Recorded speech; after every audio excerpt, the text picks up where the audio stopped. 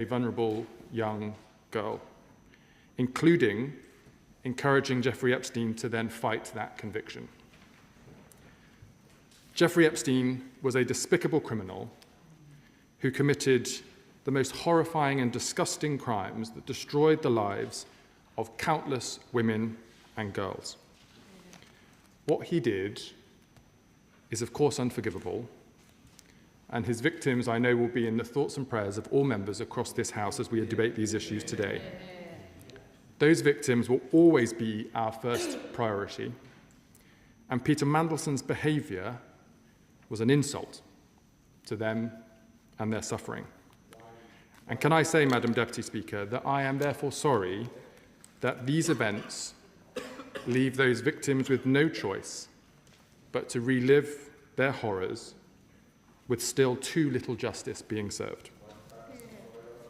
That is why there is, I think, Madam Deputy Speaker, a cross-party consensus in this House for full transparency and accountability, why anybody with knowledge must cooperate with inquiries, whether in the United Kingdom or elsewhere, and why the government is therefore committed to publishing all documents relevant to the humble address.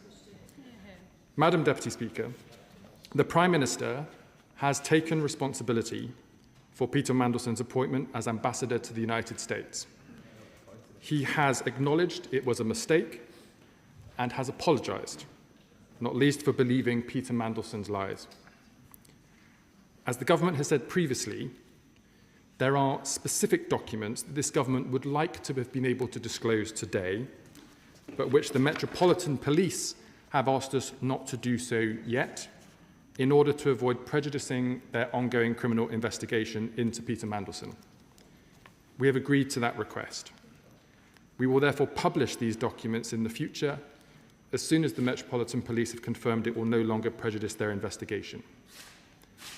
The government must, as the House already understands, also carefully assess the risk of prejudicing UK national security or international relations posed by the release of any official documents. Any such material will and is being referred to the Intelligence and Security Committee of this House. I thank the committee for their assistance in this matter and can confirm to the House that the committee has agreed with a limited redaction requested by the government in relation to one document that we are publishing today. Outside of this arrangement, this process does not change the important and well-established constitutional principle that national security and international relations judgments are ultimately for the government. Madam Deputy Speaker, on today's release, the documents specifically relate to the decision to appoint Peter Mandelson as ambassador to the United States and the discussions that subsequently led to his dismissal. These include the Cabinet Office due diligence report, which was passed to number 10 prior to Peter Mandelson's appointment. Information provided to my right honourable friend, the Prime Minister, regarding whether full due process was followed during Peter Mandelson's appointment. Papers relating to Peter Mandelson's appointment as His Majesty's Ambassador to the United States, and minutes of meetings relating to the decision to appoint him, and details of the severance payments made to Peter Mandelson after the Prime Minister instructed he be withdrawn as ambassador, thereby terminating his employment by the civil service.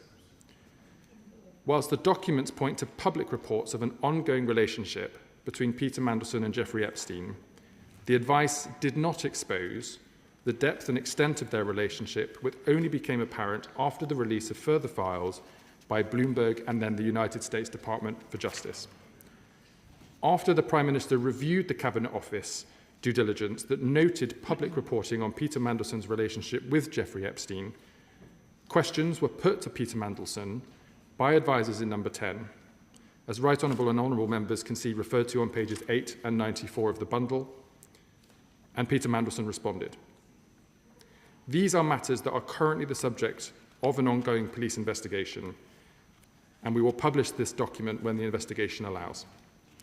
When we do, the House will be able to see Peter Mandelson's answers for themselves, which the Prime Minister regrets believing. Peter Mandelson should never have been afforded the privilege of representing this country. And I reiterate for the House that the Prime Minister deeply regrets taking him at his word. It was a mistake to do so. I can, however, confirm to the House, as agreed with Madam Deputy Speaker and Mr. Speaker that we have shared the documents that are with the Metropolitan Police, with the Chair of the Public Administration and Constitutional Affairs Committee on terms agreed by the Metropolitan Police to ensure as much transparency to this House as is possible. And Madam Deputy Speaker, as soon as the truth became apparent following reporting by Bloomberg, the Prime Minister acted to withdraw Peter Mandelson from his role. I'm sure that Right Honourable and Honourable members across the House will also read in these documents with interest how Peter Mandelson conducted himself after his withdrawal as ambassador. As the documents show, regarding his severance payment, Peter Mandelson initially requested a sum that was substantially larger than the final payment. Not just 2 or even 3 times, but more than 6 times the final amount, despite the fact that he was withdrawn from Washington because he had lost the confidence of the Prime Minister. The government obviously found that to be inappropriate and unacceptable. The settlement that was agreed was to avoid even higher further costs involving a drawn-out legal claim at the Employment Tribunal, given Peter Mandelson's employment as a civil servant rather than a minister. The House will know that ministers can be dismissed without recourse to the Employment Tribunal. Civil servants are treated differently. The government is committed to complying with the humble address. Further work is ongoing to compile the rest of the information that is in its scope. The government recognises the urgency with which this work must be completed, and the government will, of course, keep members updated as that work progresses. But we know that these documents also reveal that the due diligence process fell short of what is required. We have already taken steps to address weaknesses in the system and to ensure that when standards of behaviour fall short of the high standards expected, that there will be more serious consequences. We have launched the Ethics and Integrity Commission to promote the highest standards in public life.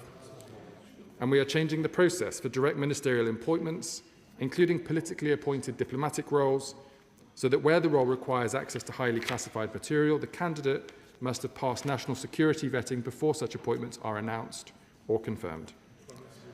Ministers will now be expected to forego severance payments following a serious breach of the ministerial code, and we have given the independent advisor the power to initiate investigations into ministerial misconduct without the need to seek the Prime Minister's permission first. The Prime Minister has also strengthened the ministerial code with stricter rules on gifts and hospitality, and we have asked the Lords Conduct Committee to review the Code of Conduct to consider what changes are required to ensure that peers can be removed when they've brought the House into disrepute in the other place. We are also exploring whether the committee can tighten rules on lobbying and paid advocacy to bring the Lords in line with the Commons procedures. Madam Deputy Speaker, I want to note that the vast majority of individuals who apply to public service do so with the best of intentions. However, it is right that following the Peter Mandelson case, we ask questions about how we can further strengthen the rules and processes that underpin the operation of government.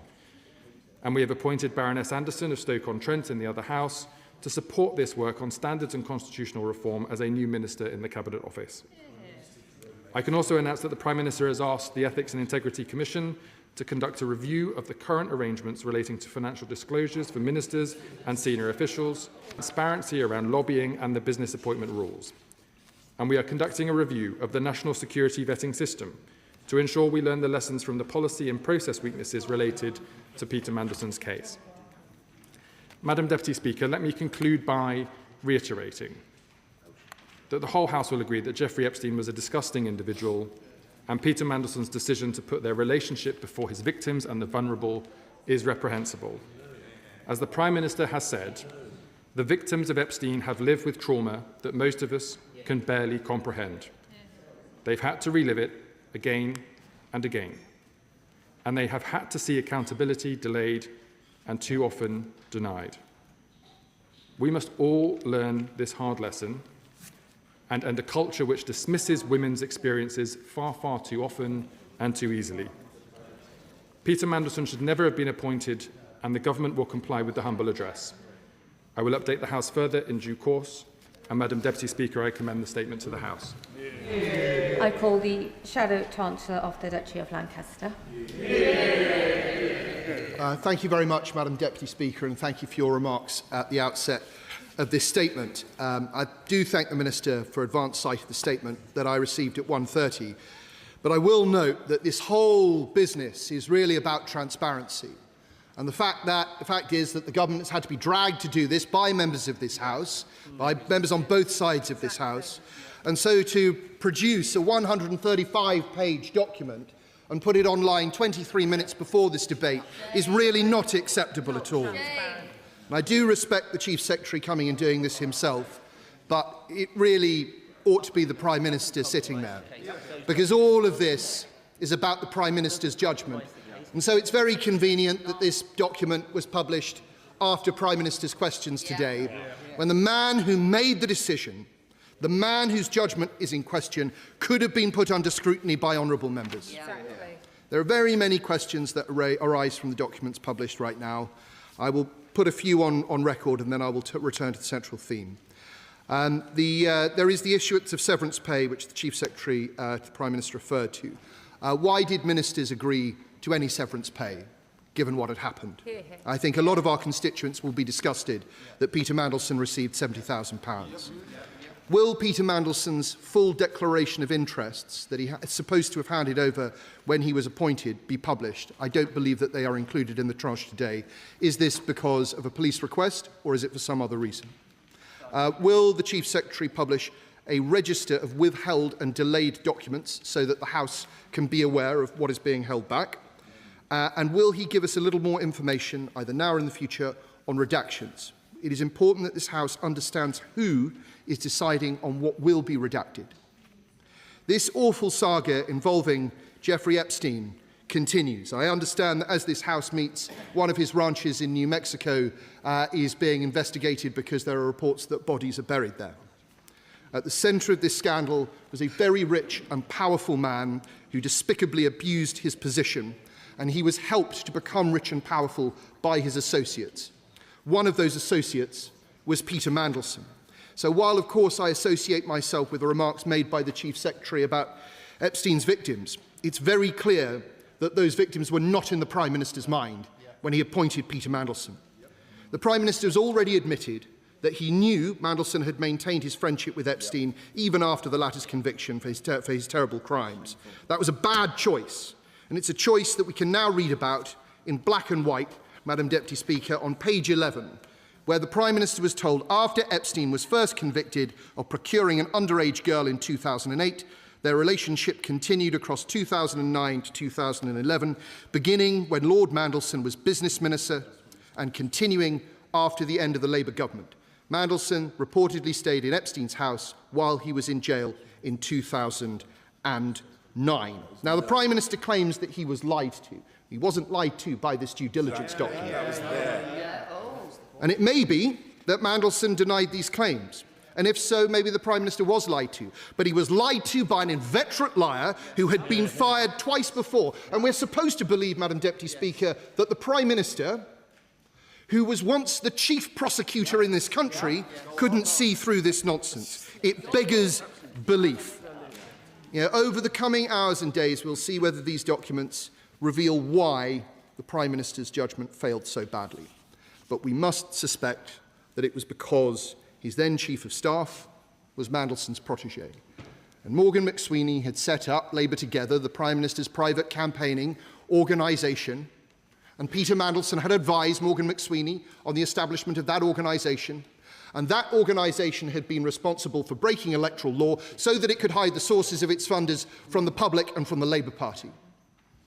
And then Labour Together had sought to intimidate and smear journalists who revealed that wrongdoing, and it provided hundreds of Labour MPs and many of the top brass in the Cabinet with free money and free services. This, Madam Deputy Speaker, was the ultimate job for the boys.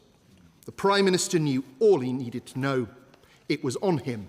It's on him now.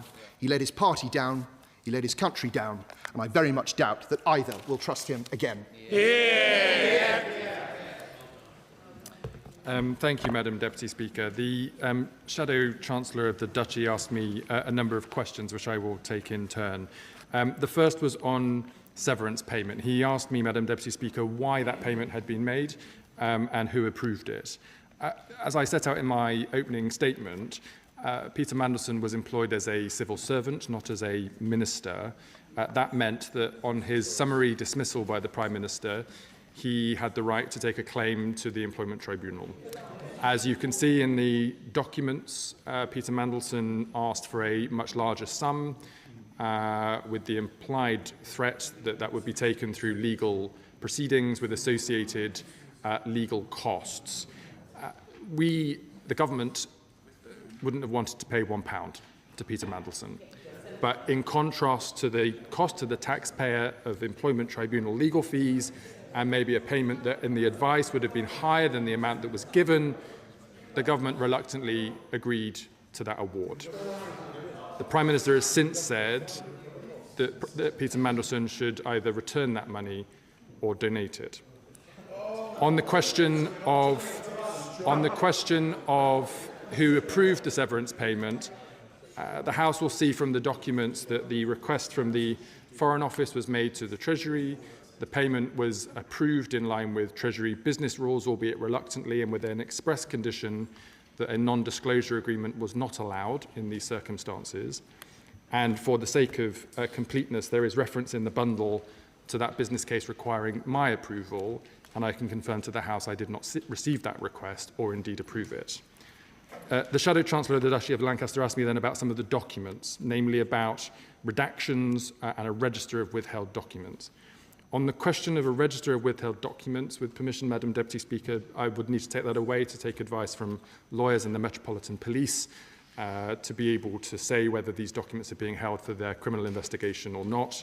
I hope that the House is somewhat reassured by the mechanism we have been able to establish with the chair of the Select Committee, who has sight of these documents, albeit in a contained and controlled way.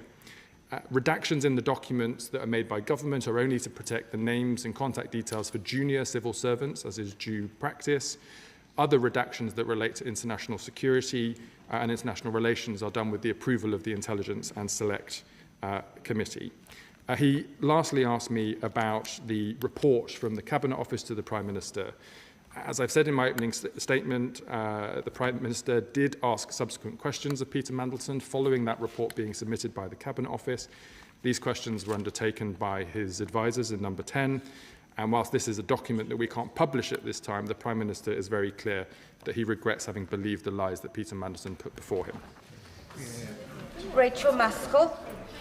Madam Deputy Speaker, clearly Peter Mandelson's associations bring a real stench to the appointment processes, but I want to know about the business associations and the way that they are scrutinised within the process, because clearly we know that Peter Mandelson's PR company, Global Counsel, had strong associations, a client in fact, Palantir, who has won lucrative contracts from successive governments. I want to understand if the papers demonstrate those associations and the associations that Peter Mandelson then brought into government. My honourable friend will see from the documents being published today that those commercial interests were raised by the Cabinet Office and established processes were put in place where new members of the civil service have to remove those commercial interests before taking office. And there is some commentary in the bundle about the conversation with Peter Mandelson in advance of his appointment as Ambassador to the United States, specifically about that question. Having said all of that, part of the review that we are now taking forward is another look at the business appointment rules to make sure that the processes that were applied in these circumstances are robust enough in the situation in which we're discussing. And if we need to further strengthen them, we stand ready to do so. The Leader of the Liberal Democrats, Sir Ed Davey. Thank you, Madam Deputy Speaker, and can I thank the Chief Secretary for advance sight of his statement. It is a stain on our nation that we're even having to go through this. It's right that we keep Epstein's victims, survivors and families at the front of our minds. Today, Madam Deputy Speaker, marks the first day of Britain's own Epstein files. And for a close friend of Epstein to have been made Britain's ambassador to the United States is a shameful part of this affair that is the Prime Minister's responsibility. It is disappointing that he is not here now to answer for that and his catastrophic failure of judgment with respect to Mandelson. Peter Mandelson's close relationship with Jeffrey Epstein and the fact that it continued long after Epstein's conviction for child sex trafficking have been reported by both Channel 4 dispatchers in 2019 and the Financial Times in 2023. Has the Prime Minister told the Chief Secretary personally how those reports made him feel and why he still felt it was right to appoint Mandelson anyway? Mandelson's £70,000 payout is an insult to Epstein's victims, and if he had a shred of decency left, he would donate it to charity. But the Chief Secretary's explanation as to why the government made that payout simply won't wash. Madam Deputy Speaker, with a very limited number of documents being released today, the wait goes on for the rest of Britain's Epstein files. That includes the documents related to Andrew Mountbatten Windsor, required by the humble address our party passed a fortnight ago. I very much hope the government will get them out as quickly as possible. It has taken 5 weeks from the Mandelson humble address to publication today. So can the Chief Secretary guarantee that the first Andrew papers will be published within the same time frame by the 31st of March at the latest? Thank you, Madam Deputy Speaker.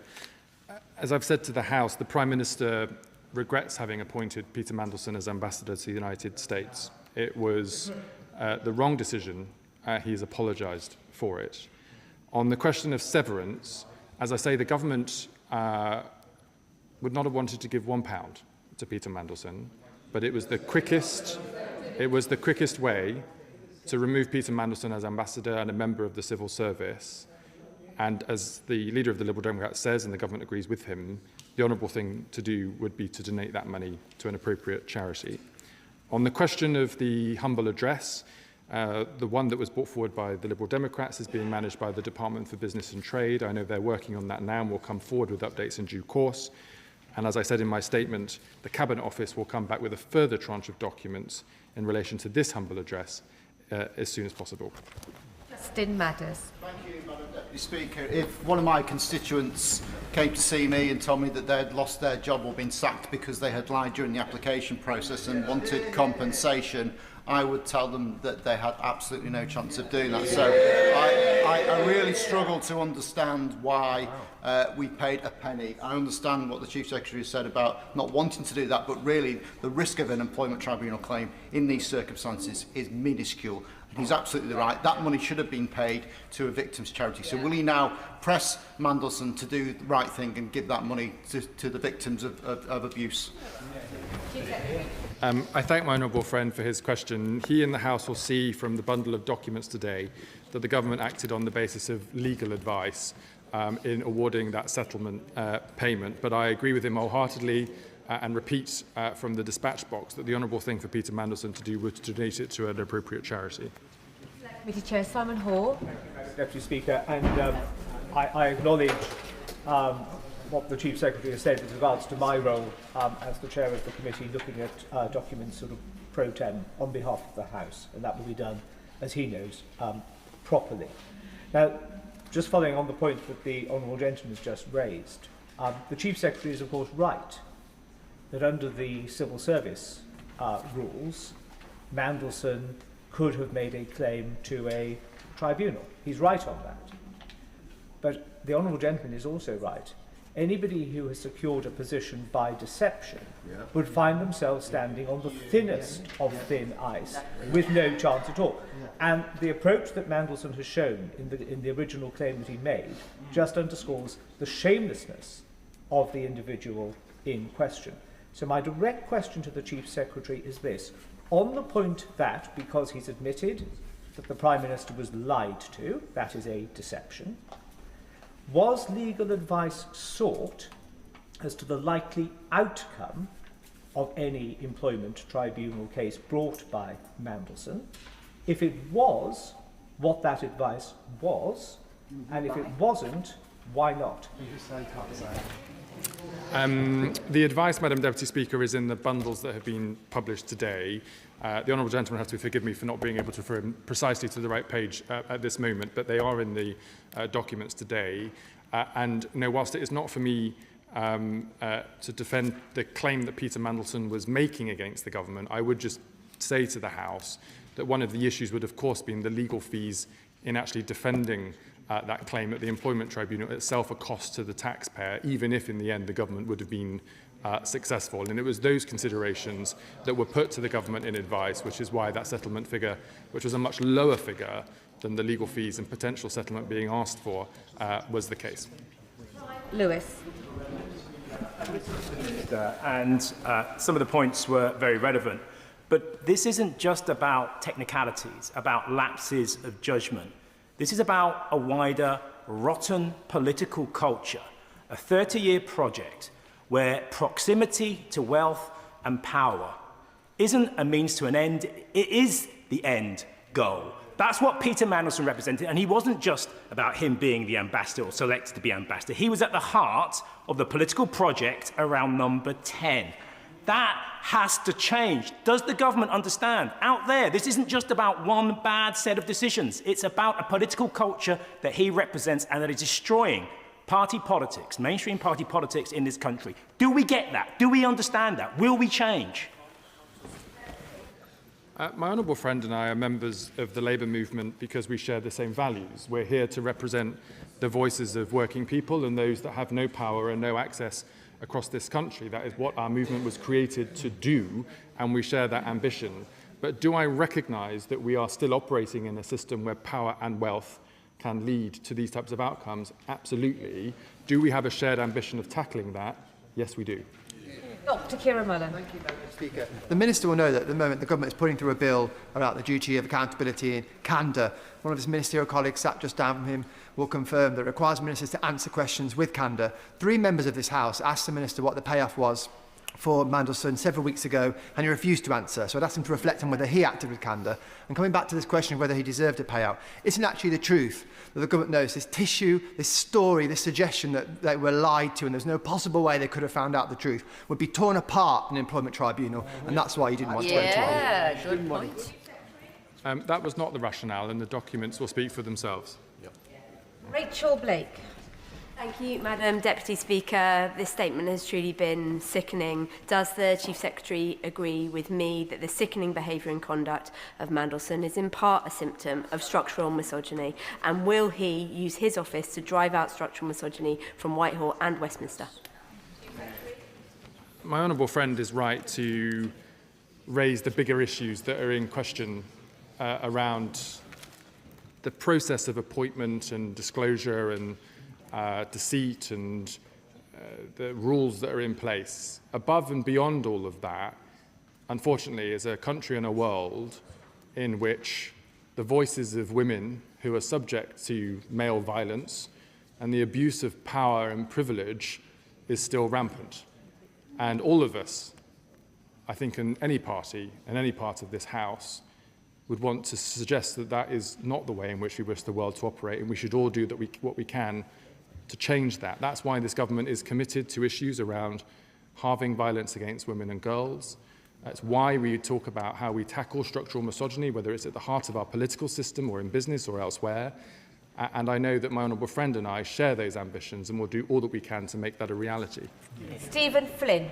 Thank you, Madam Deputy Speaker. If I listened to the Minister correctly, which I think I did, he said that his victims must be our first priority.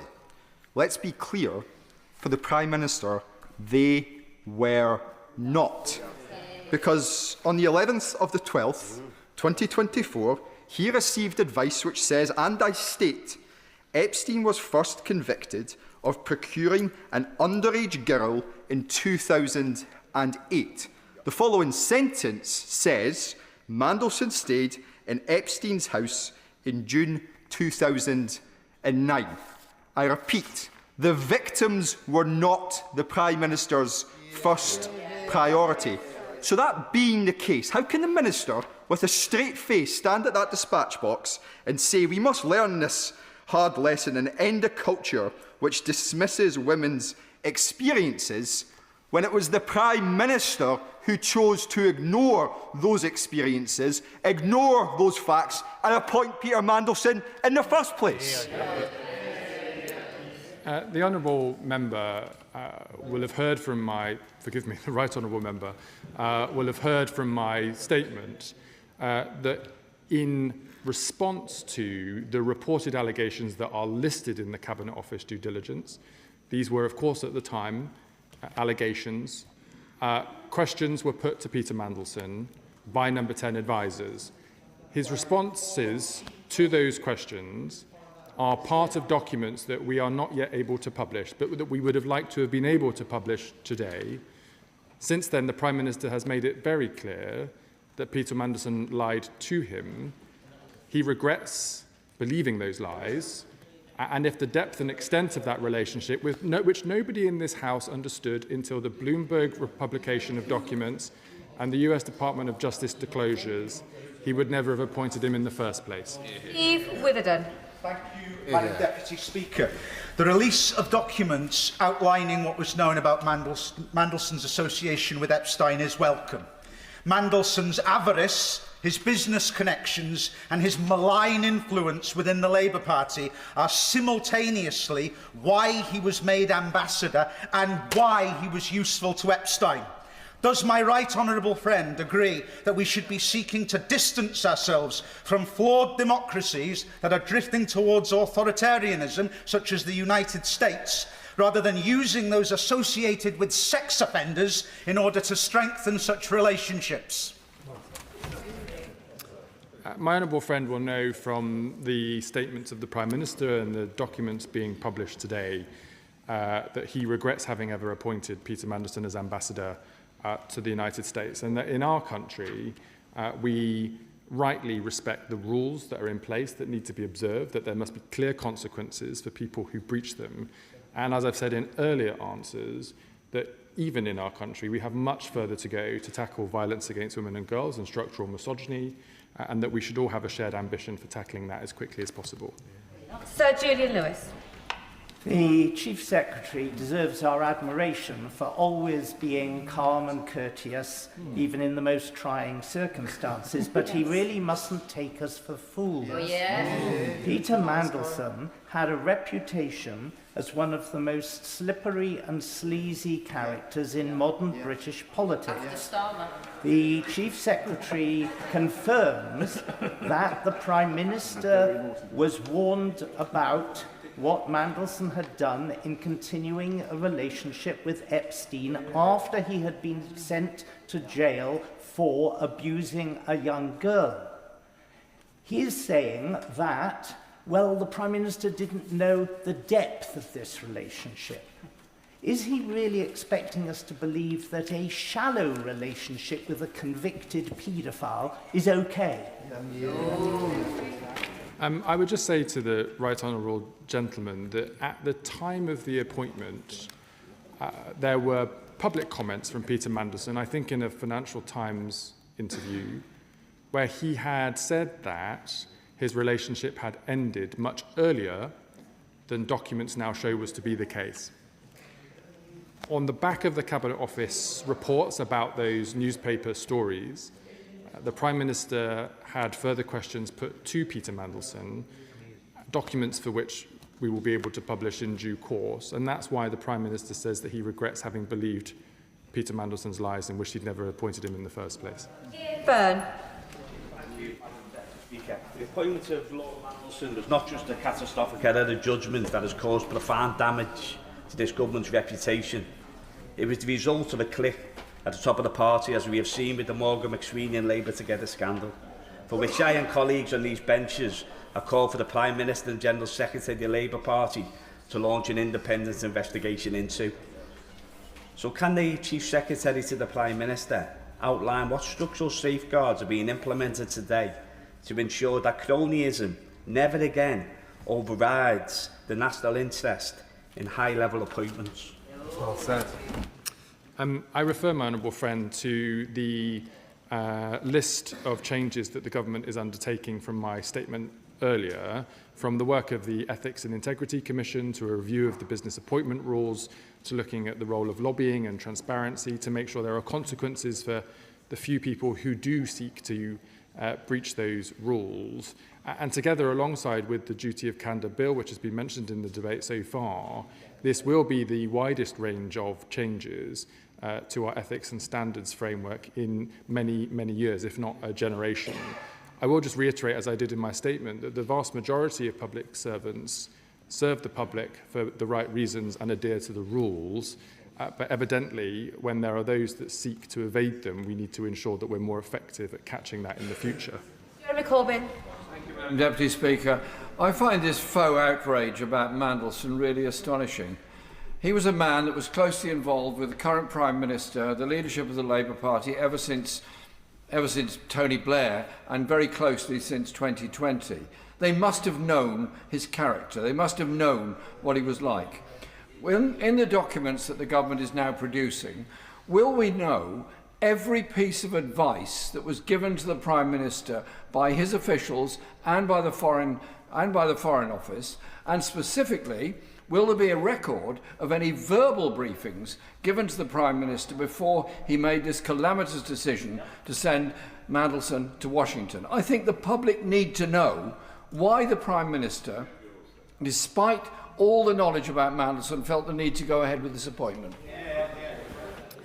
To answer the right honourable gentleman's question, the tranche of documents today that relate to the appointment and then the dismissal of Peter Mandelson as ambassador are inclusive of all of the documents held by government, bar those which have been held back by the Metropolitan Police for their criminal investigation. There are no other further documents that have not been published. John Slinger. Madam Deputy Speaker, the Prime Minister rightly called for the removal of peerages from disgraced peers. So can the Chief Secretary set out to the House when we might have an update about the proposed legislation in that regard? Can I thank my honourable friend for the question? As the House knows from previous statements on this issue, we want to ensure that where people break the rules, there are consequences for that behaviour. One of the areas where this was not the case was the appointment of life peerages in the other place, where there were no provisions for taking a peerage from somebody in any circumstance, which has been a problem in the past in relation to criminal convictions and other disreputable behaviour. It's right, therefore, that the government is working with the other place to bring forward legislation to give the authority and powers for that to happen in the future, and will be coming forward with those proposals in due course. Smith. Mr. Speaker, two Global Council clients benefited from direct government defence awards. There were Global Council staff flying to Washington parties to join Peter Mandelson.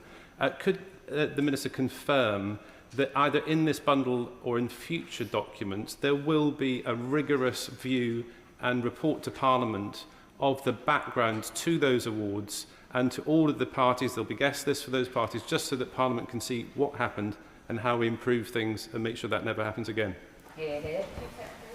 I can confirm that all other documents that are in the scope of the Humble Address that are not being published today will be subject to the Metropolitan Police and clearance from the Intelligence and Security Committee, published in the next tranche. Richard Bergen. Thank you, Madam Deputy Speaker. And I hold in my hand the advice that was given to the Prime Minister before he made the decision to appoint Peter Mandelson as ambassador to the USA.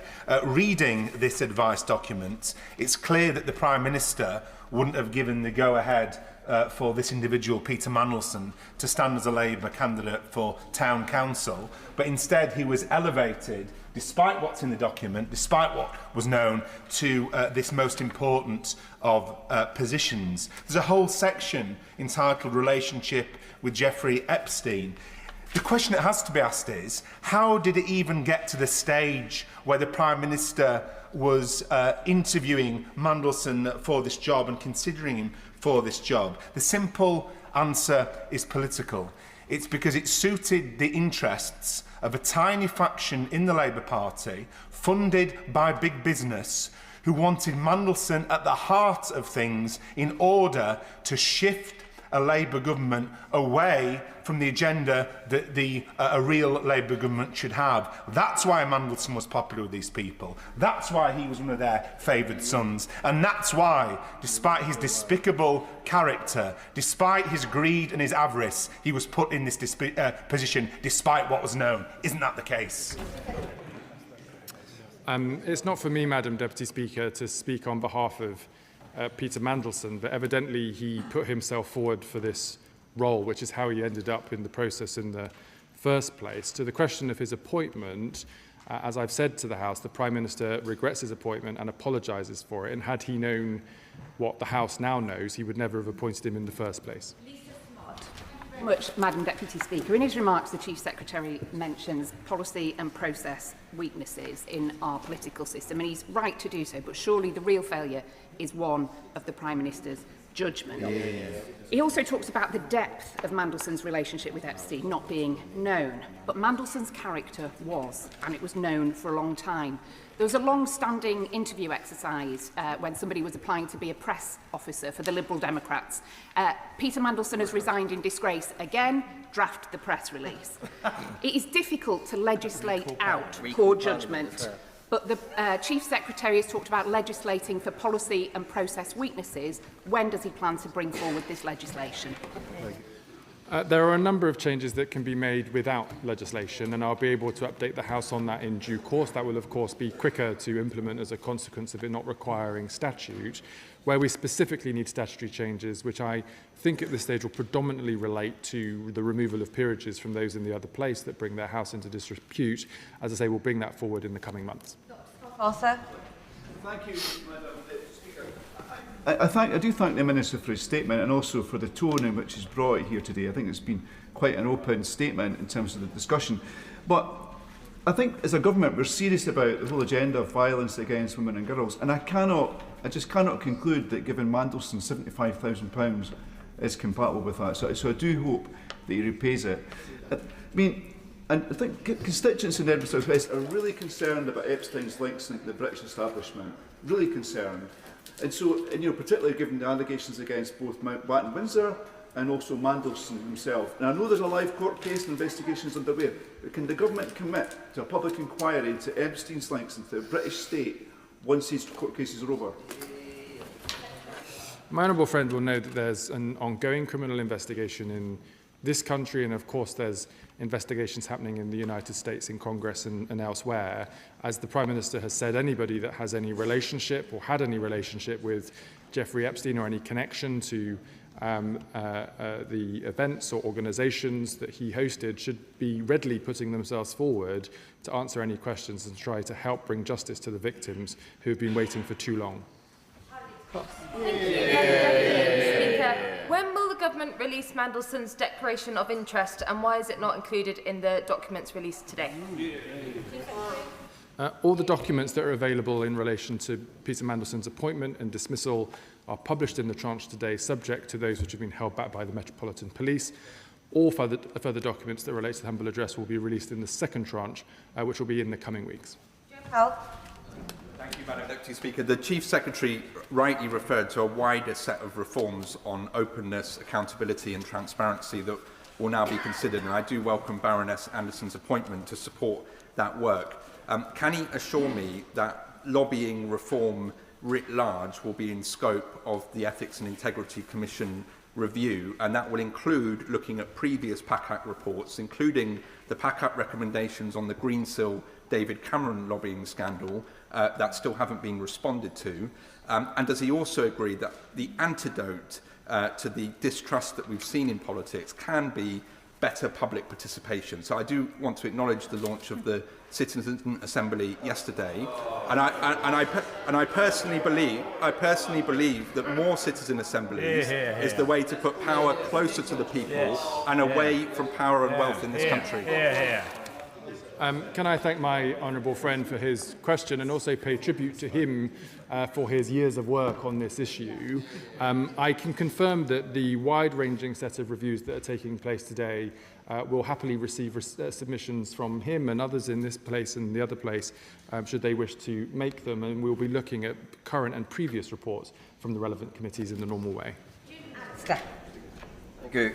On the 11th of December 2024, just 9 days before the Prime Minister confirmed Mandelson as the new ambassador, these papers show that he was specifically advised of the JP Morgan report from 2009, which expressly said that Mandelson, after Epstein's conviction for soliciting prostitution of a minor, quote, maintained a particularly close relationship with Epstein. After that, yet the Prime Minister, a former chief prosecutor, chose in those circumstances, with that information, to believe the lies of Mandelson. How could that be? And given that it is, what does it say about the judgment of our Prime Minister?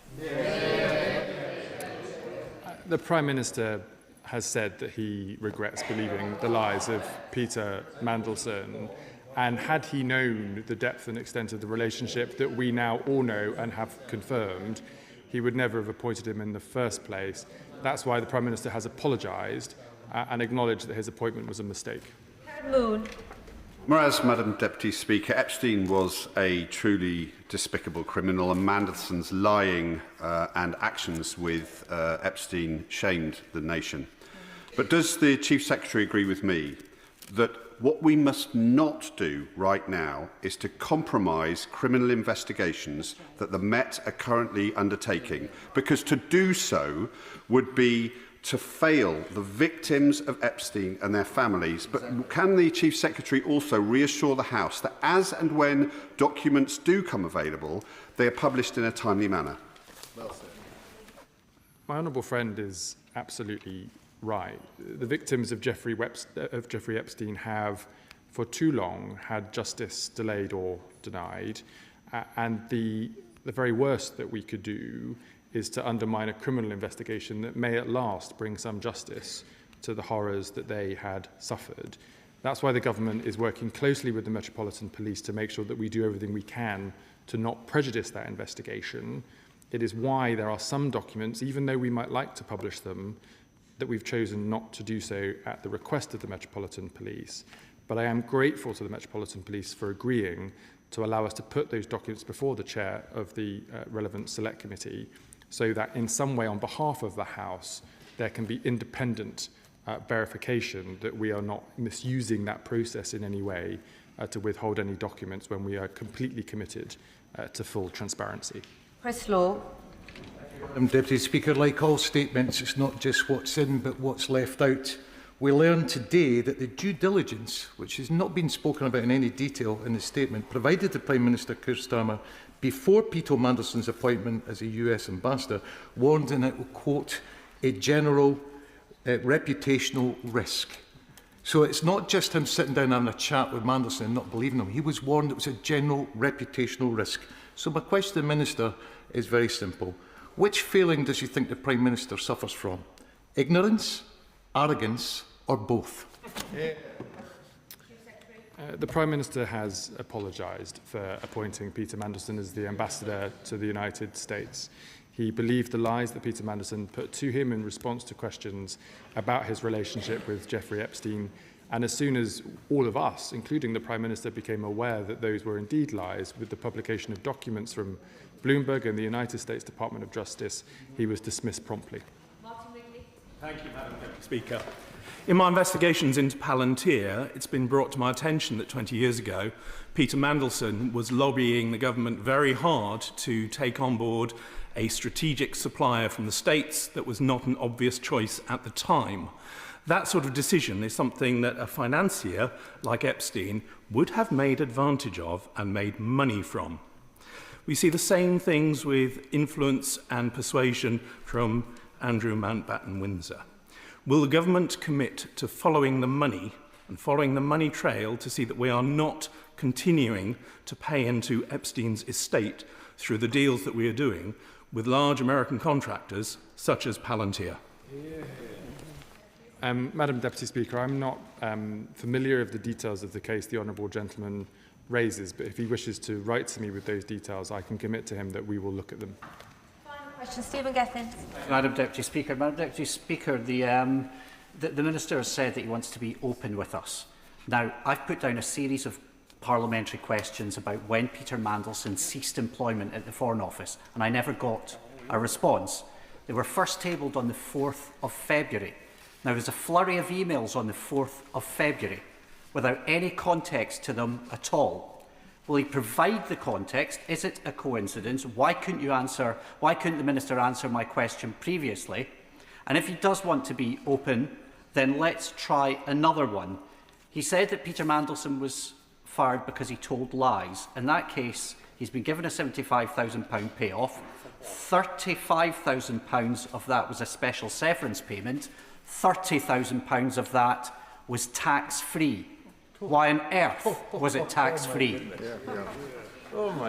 Madam Deputy Speaker, in relation to the tax-free treatment for payments following dismissal without recourse to the Employment Tribunal, those are the tax rules that exist in all circumstances in this country. The government did not have the legal powers to override them. On his question about parliamentary questions, I think the documents he's hoping to see are being published today, and they, of course, speak for themselves. That is the end of the statement on Lord Mandelson humble address motion. Update. Point of order, Gregory Stafford. On a point of order, Madam Deputy Speaker, during Cabinet Office questions on the 5th of March, the Chief Secretary to the Prime Minister informed me that the appointment of the new Director General of the Propriety and Ethics Team was made on an interim basis and in line with the rules. However, I have now received a copy of the Civil Service Recruitment Framework, which states that a temporary promotion, managed move, or the appointment of a single applicant within the senior civil service must require ministerial authorisation either from the Prime Minister or the relevant minister before an appointment can be made without an external competition. Given the importance of the transparency and confidence in this government's propriety and ethics system, could you please advise the House, Madam Deputy Speaker, on how members can seek clarification when there appears to be a discrepancy between a minister's statement to the House and the provisions set out in the Civil Service Recruitment Framework 2022. I thank the honourable member for his point of order. He will know that I and the Chair are not responsible for the answers given by ministers. But the Minister, as I can see, the Chief Secretary is already here. I think he wishes to respond. Go ahead, Chief Secretary. I'm happy to do so, Madam Deputy Speaker. I do not recognise the discrepancy. As I've said to the House previously, there was a temporary appointment to the role in question within the rules. Permanent appointment to that role will be subject to the normal recruitment processes. But if he wishes to write to me with more detail, I'll happily respond to him in writing. Hopefully that enables the member. Otherwise, he can obviously pursue this even further. Point of order, Liz Saville-Roberts. Has the Speaker received any notice of a statement from the Government following the question from my honourable friend, the member of Arbroath and Broughty Ferry, to the Prime Minister this morning regarding the contents of a memo from the Prime Minister to Cabinet members advising them to disregard opposition from devolved governments to direct interventions by Westminster ministers? Could she advise me how the long-standing Sewell Convention, which enshrines the protocol that Westminster governments do not intervene in devolved matters in Wales, Scotland or Northern Ireland, has been respected in this matter? And could you direct me to which bin this has been filed by the government? I thank the honourable member for giving notice of her point of order. I have received no such indication from the government, but I can see that the Chief Secretary wishes to respond in person once again. Thank you, Madam Deputy Speaker. The issues raised in the Cabinet note that's been, I understand, leaked to journalists are important, and the government takes them seriously. The Sewell Convention is an important framework for the role in which the UK government respects the devolved responsibilities of devolved governments, one for which I am the responsible minister, which is why I have repeated engagement with the First and Deputy First Ministers of the devolved governments about our relationship working together. However, I will just remind the House that devolved governments are important, but in Scotland, Wales and Northern Ireland, there are two governments, the UK government and the devolved government, and that's why we retain the right to deliver for the people of Northern Ireland, Wales and Scotland, as well as in England. Point of order, Stephen Gethin. Point of order, Madam Deputy Speaker. And can I firstly apologise to you that I've not been able to give you notice of this, but this is in reference to the response and to the documents. I put down a written parliamentary question about when Peter Mandelson left his employment. on the 4th of February. The emails on the 4th of February show that officials knew the answer to that question the 16th of October. Yet not only was my question late when it came back and I had to put down a second question, but no answer was forthcoming. Now, Madam Deputy Speaker, we have a role here and a job here to keep this government to account.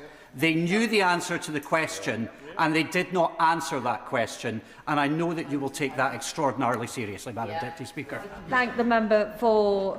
I didn't get prior notice of his question, but I can appreciate how anxious he would be. It's incredibly important that members who are sent here by their constituents have their questions answered to quickly. I think that the Chief Secretary wishes to respond in person. That's very fast indeed. Thank you, Madam Deputy Speaker.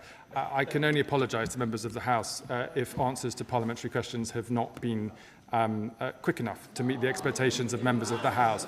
I'll just remind members and the honourable member in question that, of course, all of the documents that have been published today have had to go subject to checks with the Metropolitan Police and the Intelligence and Security Committee to not prejudge criminal investigations, which, as I'm sure he and all members across the House will agree, we do not want to interfere with inappropriately.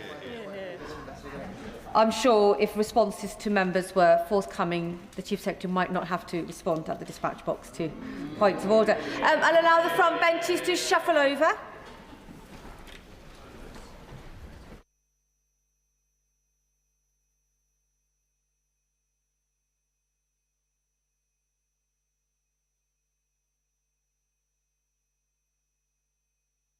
Move on to the 10-minute rule motion on Lord Advocate, and I call John Cooper. Thank you, Madam Deputy Speaker. I beg to move that leave be given to bring in a bill to make provision about the role and functions of the Lord Advocate and for connected purposes. Chaos and decay are priced into the lives of people in Scotland as they suffer under the yoke of the SNP administration at Holyrood. However, the latest crisis there strikes at the integrity of Scots law and so demands action this day and not mere indifference. The Lord Advocate is the most senior law officer in Scotland in ultimate charge of all criminal proceedings, sitting at the pinnacle of the Crown Office and Procurator Fiscal Service. That same Lord Advocate also sits in Cabinet as a pivotal advisor to the Scottish Executive, which styles itself the Scottish Government. Just saying it out loud is, Madam Deputy Speaker, alarming. The head of criminal prosecutions sits cheek by jowl with the politicians supposed to run Scotland, sits at the cabinet table with the very people who appointed her. Though a situation created by the advent of devolution, this cannot be right, for there ought not to be even the merest suggestion of a conflict of interest. It is not the stuff of a 21st century democracy, let alone the country of the Enlightenment. Ah, say the apologists, the Lord Advocate simply recuses herself in certain cases, is merely the titular head of some prosecutions. This is meant to be high-minded, an elegant solution concocted by the legal hierarchy in the salons of Edinburgh. But it is cloyingly cosy and has for years been the subject of disquiet. Now, Madam Deputy Speaker, this comfortable nostrum has been shattered by recent revelations made possible only by a vigorous free press. Newspapers broke the news that the present Lord Advocate, Dorothy Bain KC, provided briefings to First Minister John Swinney about a court case involving Peter Murrell, former Chief Executive of the SNP. He is further the estranged husband of ex-First Minister Nicola Sturgeon. It was reported that the details and timelines for the case, none of which was public knowledge, were presented to Mr Swinney. The court case will reportedly not now come to trial before next year, conveniently after Holyrood's elections in May. Of course, given proceedings are active, I must be extremely circumspect about that case. Regardless, we in this place must concern ourselves with the dual role of the Lord Advocate, the twin hats of prosecutor and government advisor on one learned head. The dual role is enshrined in the Scotland Act of 1998, and so this bill is designed to allow for the separation of roles such that the head of Scotland's prosecution service is, in future, entirely separate from that of government advisor. That situation is best practice in modern democracies and pertains here in England, where the head of the Crown Prosecution Service sits entirely apart from the Cabinet and Government. Madam Deputy Speaker, often in this House we discuss contentious matters, but this is an issue on which there is surprising unanimity. Almost exactly a year ago, the Prime Minister agreed with me when I raised the Lord Advocate's 2 jobs that it was an important matter and indicated Scottish Labour supported splitting the roles.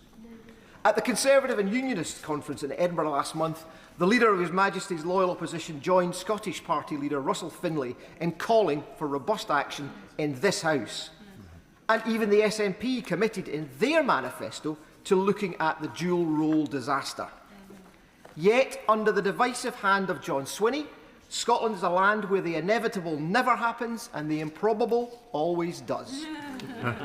So Mr Swinney has belatedly published a report into the mechanics of separating the Lord Advocate from the Cabinet so that Scotland can have a conspicuously independent prosecutor and the Scottish administration can still have sound legal advice. Yet there is no indication of any move to actually separate the roles. And indeed, the Scottish Executive yesterday put out a statement lauding the strengths of the current arrangement. The public are entitled to question these supposed strengths and whether they are trumped by the perception of a conflict of interest when the role of legal adviser to the Scottish Government is concentrated in one person who is also Chief Prosecutor. Madam Deputy Speaker, politicians legislate, lawyers enact the laws. When prosecutors are, or are even perceived to be, too close to politicians, like moths drawn too close to the flame of power, the public may rightly fear the law is compromised, and so we must act. Some will claim this is overweening Westminster bullying pocky Holyrood. Not so, Madam Deputy Speaker. Holyrood itself could drain this quagmire now by seeking a Section 30 order to vary the Scotland Act, clearing the way for separation of the law officers' roles. That would be internal to the Edinburgh Parliament, a move to restore public faith in the law by its own elected members. Albeit belated and tardy, such a move would, I contend, be welcomed as an attempt to lift the cloud which hangs over Scots law. Will Mr Swinney at this 11th hour, and against the run of play, for he has been at the heart of every wrong-headed decision by the SNP for almost 2 decades, at last do the correct thing? Unlikely, Madam Deputy Speaker, and so, on behalf of the right-thinking public in Scotland, I commend this bill to the House. The question is that the honourable member have leave to bring in the bill. As many that opinion say aye? Aye. Contrary, no? The ayes have it, the ayes have it. Who will prepare and bring in the bill? Thank you, Madam Deputy Speaker. John Lamont, David Mundell, Harriet Cross, Andrew Bowie, Sir David Davis, Jamie Stone, Christine Jardine, Sir Ian Duncan-Smith, Elaine Stewart, Torquil Crichton, John Grady and myself, Madam Deputy Speaker. Here, here. John Speaker.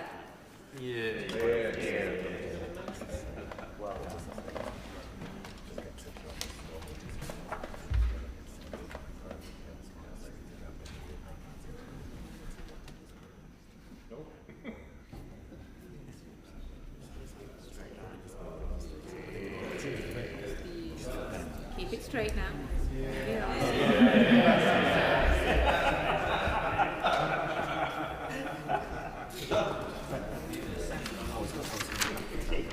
Lord Advocate Bill. Second reading what day? 17th of April. 17th of April. Our front bench is shuffling over, or they can...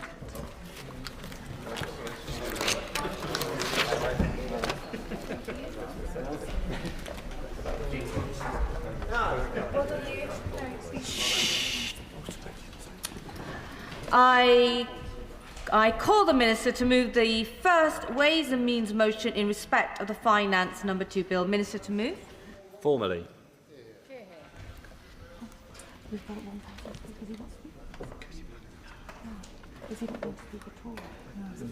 No, Kate. Kirsty Black. The question is as on the order paper. Kirsty Blackman. Thank you, Madam Deputy Speaker.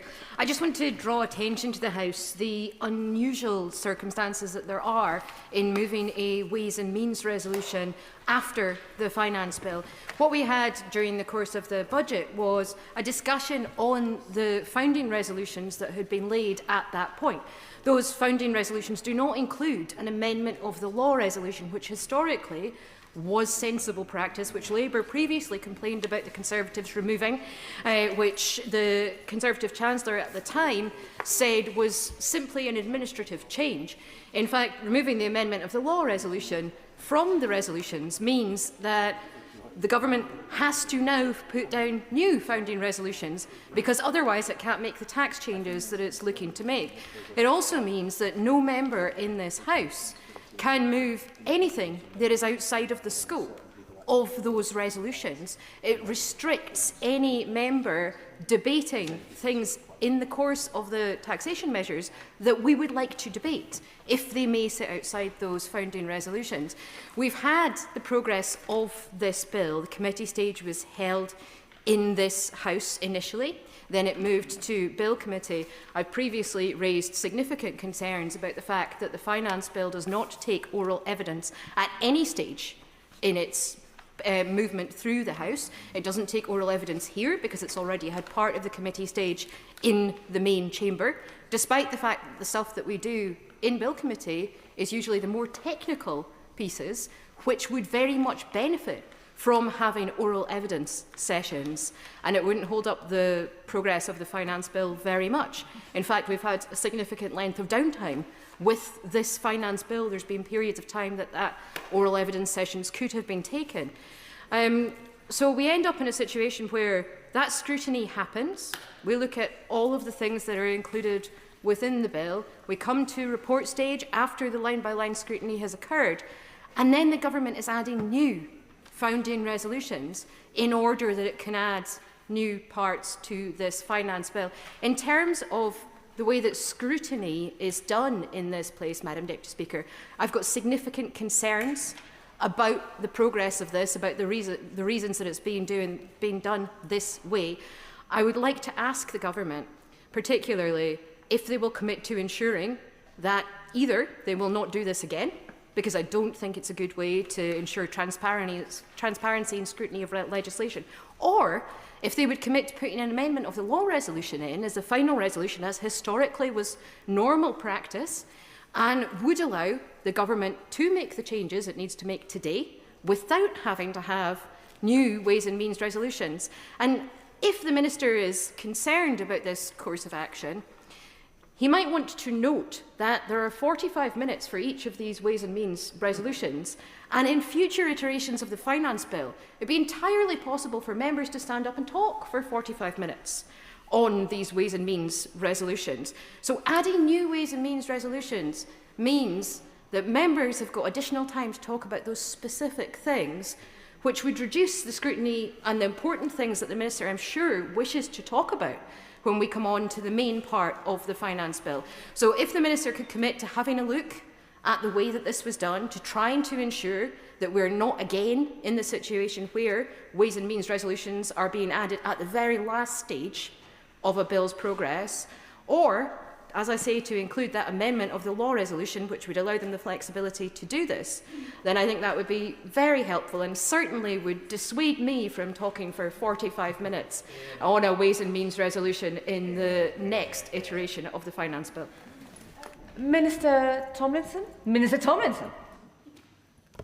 Thank you, Madam Chair, and I thank the honourable member for her remarks and her scrutiny of the process that's followed here. I appreciate it from wherever it comes. She is right to flag that this is not the typical process, and I will endeavour to make sure that in future finance bills, if I'm in my position, that Ways and Means motions are not brought at this late stage. She's right to point out to Madam Chair that this debate, well, I don't believe there are any other bobbers, but the subsequent debate could in fact go on for 45 minutes. And of course, discussions may ensue on that topic. I will be happy to look at this and look at the process. I would say, though, on this specific point, this is This is a technical amendment which allows some regulations that need to be introduced as part of the abolition of the lifetime allowance to have a retrospective effect back to the point that the lifetime allowance was originally abolished. This ensures that the changes that we're making do operate as they were intended to do so. So this is a small and technical measure, though I do take the point that it does mean that it adds a new part to the bill and in fact means a new resolution has been brought forward. I do hope that members will understand that position, notwithstanding the valid points raised by the member opposite, and I do therefore commend this resolution to the House. The question is, as on the order paper, as many as are of that opinion say aye. Aye. Of the contrary, no. I think the ayes have it. The ayes have it. I now call on the Minister to move the second Ways and Means motion in respect of the Finance No. 2 Bill. Minister to move. Formally. The question is as on the order paper. The question is as on the order paper. As many as are of that opinion say aye. Aye. Of the contrary, no. I think the ayes have it. The ayes have it. The clerk will now proceed to read the orders of the day. Finance Bill, as amended in Committee and Public Bill Committee, to be considered. Now. We will begin with Government New Clause 5, with which it will be convenient to consider other selected new clauses and amendments as listed on the selection paper. I call the Minister to move Government New Clause 5. Thank you, Madam Chair, and I'm glad to return to the Commons to debate the Finance Bill at report stage. I'm glad too, though I'm sure it will have been an interest to members on all sides that we haven't had two sets of 45-minute debates on the resolutions just discussed, but the opportunity was there. I must say I'm glad that members didn't take it in full. We now have ample time for this important report stage. I want to thank members on all sides of the House for their contributions during the committee stage, with particular thanks to the Shadow Exchequer Secretary for his scrutiny and challenge during that stage and for his invites to his wonderful constituency. I hope one day to take them up. Other members of the opposition front bench have not yet invited me with such enticing prospects to their constituency. I look forward to those invites. Before I turn to individual amendments, I do wish to briefly reflect on the budget that was delivered back in November, Madam Chair, by my right honourable friend, the Chancellor of the Exchequer. That budget took the fair and necessary decisions to deliver on the government's promise of change, decisions to support cuts in the cost of living, decisions to enable NHS waiting lists to continue to fall, and decisions to make sure that our national debt fell as a share of GDP and that borrowing falls over the course of this Parliament. As the Chancellor was saying in this place both yesterday and on Monday, government borrowing, public sector net borrowing has fallen from 5.2 to 4.3% of GDP, a 1 percentage point fall. That's very significant. And it means that our borrowing is coming down as part of our plan to bring stability back to the public finances. I would, of course, be very happy to give way to the Honourable. Would the Minister acknowledge that that debt reduction is only taking place because the government has increased taxes in this country by £66 billion, and that contrasts with the rise of taxes of £7 billion that was promised in the Labour Party manifesto? Could he explain why the huge discrepancy between the promise in the manifesto and what this government is imposing on our constituents? Minister. Yeah. I would ask the member to consider whether or not his party wishes to identify £66 billion of expenditure cuts or wishes to borrow £66 billion more. I don't think that either option is what the British public want. I think the British public want us to see bringing down borrowing, getting public finances under control after they were span out of control by Liz Truss and the previous government. And they do understand the need for increases in taxation in a fair and a responsible way to make sure that we can invest in our public services and in the future of our country again. I thank the Minister for giving way. And on the point of the raised taxation, would he agree with me that the decisions that this Labour government have made has meant an increased spending on the NHS? A number of my constituents in Harlow are self-employed and actually not those in really long waits in A&E and in hospital for operations for having a huge impact on their business and therefore their household finances. I would strongly agree with my honourable friend, and I thank him for his representations again and his ability to mention Harlow in his interventions. It's a fantastic part of the country, not too far from my constituency in North London, and I know just how strongly he seeks to represent it and to make sure that the public services in his patch, the local hospitals and schools, get the investment that they need. And that's why he and I are able to proudly support the decisions that this government has made to bring the public finances back into good order, as well as to invest in our public services and to get borrowing down. Of course, though, since the budget, and particularly in recent days, the world is changing again. And as the Chancellor set out last week in responding to the Office for Budget Responsibility's spring forecast, it is more important than ever that the government continues to deliver on its economic plan.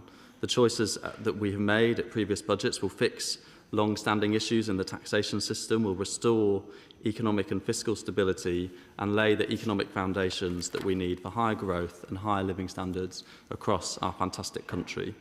This finance bill legislates to deliver on these choices, all while sticking to our commitment not to raise the main rates of income tax, employee national insurance contributions or VAT. We're also providing stability for businesses by keeping to important commitments in our corporate tax roadmap, keeping our corporation tax rate at 25%, the lowest in the G7, rather than having it chop and change up and down like it did in previous administrations.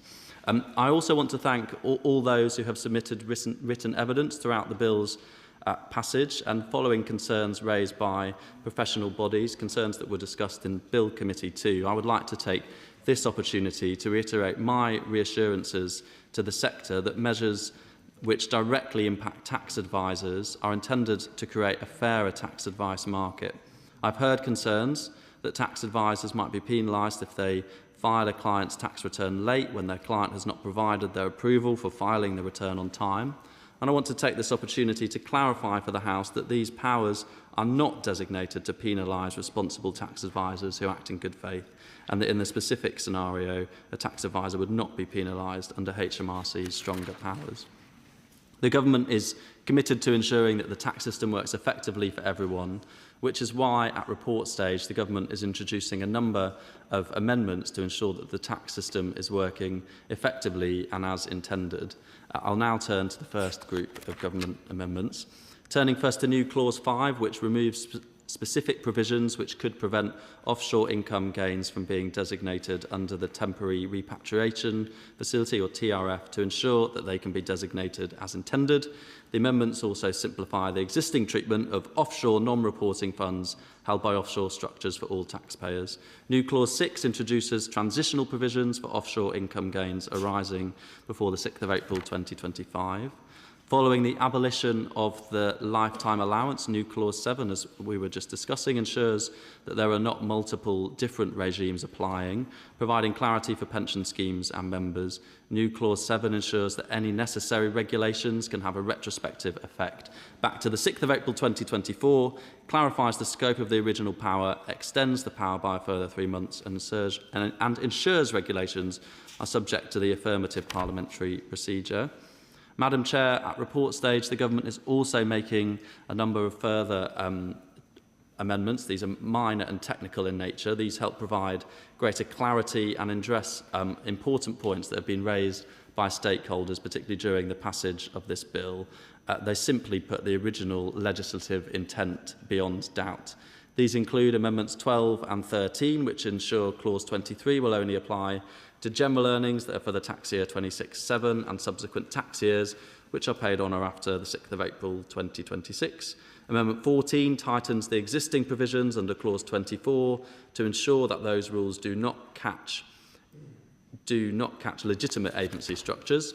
Amendments 48 and 51 remove legislation that is not necessary under Clause 43 and ensures the TRF legislation works as intended, so that beneficiaries from overseas trusts are able to make designations in connection with offshore income gains. Amendments 49, 50 and 52 are consequential amendments to Schedule 3 and Clause 43, which remove references to omitted legislation and insert wording to clarify a reference to the Taxation of Chargeable Gains Act 1992. Amendment 53 to Clause 49 makes clear that a person concluding contracts on behalf of a non-resident company must be present in the UK when concluding those contracts in order to create a permanent establishment in the UK. Amendments 56 to 61 to Schedule 11 concern the rules preventing fund managers from circumventing the revised carried interest tax regime.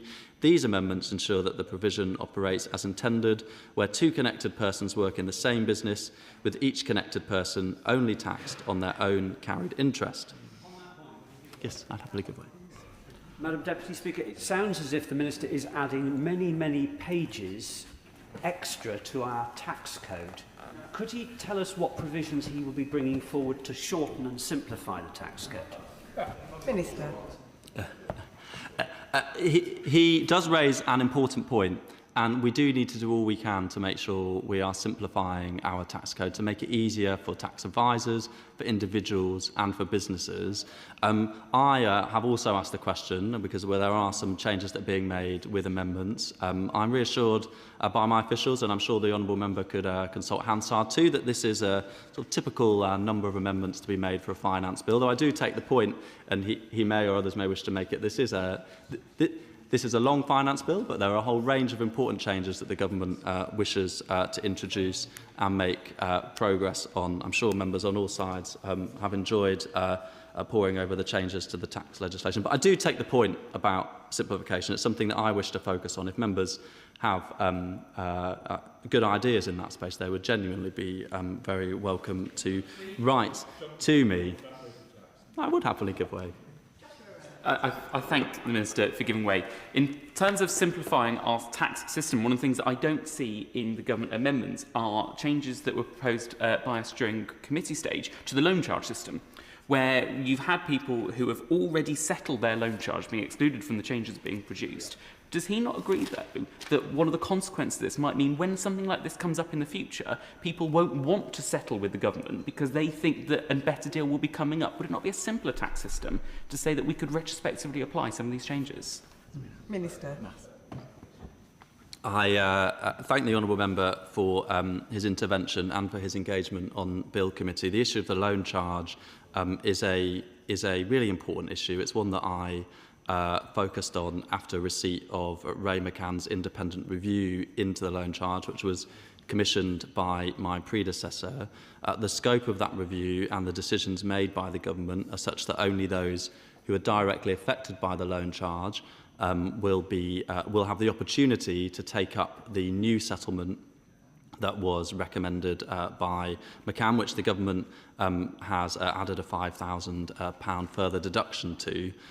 It was the government's position that it is right, because the loan charge was an exceptional decision made by the previous government, that the changes proposed by McCann would only apply to that group.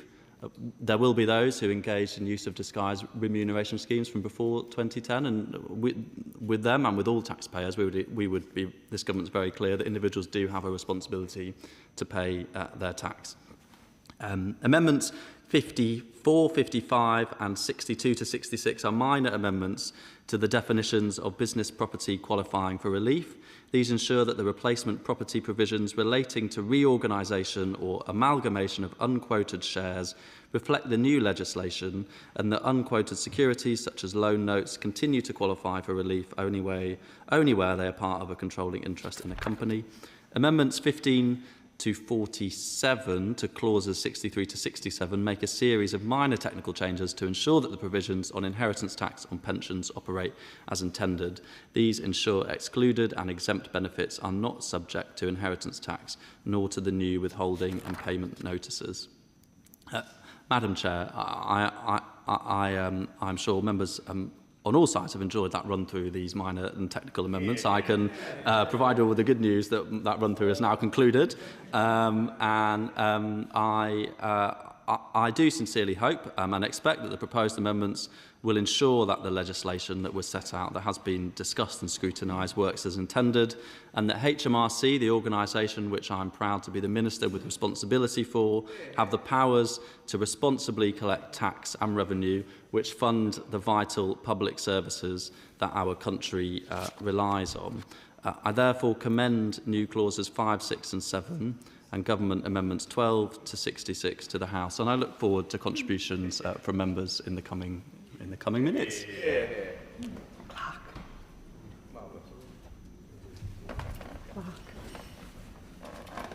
Offshore income gains. The question is that new clause 5 be read a second time. Shadow Minister.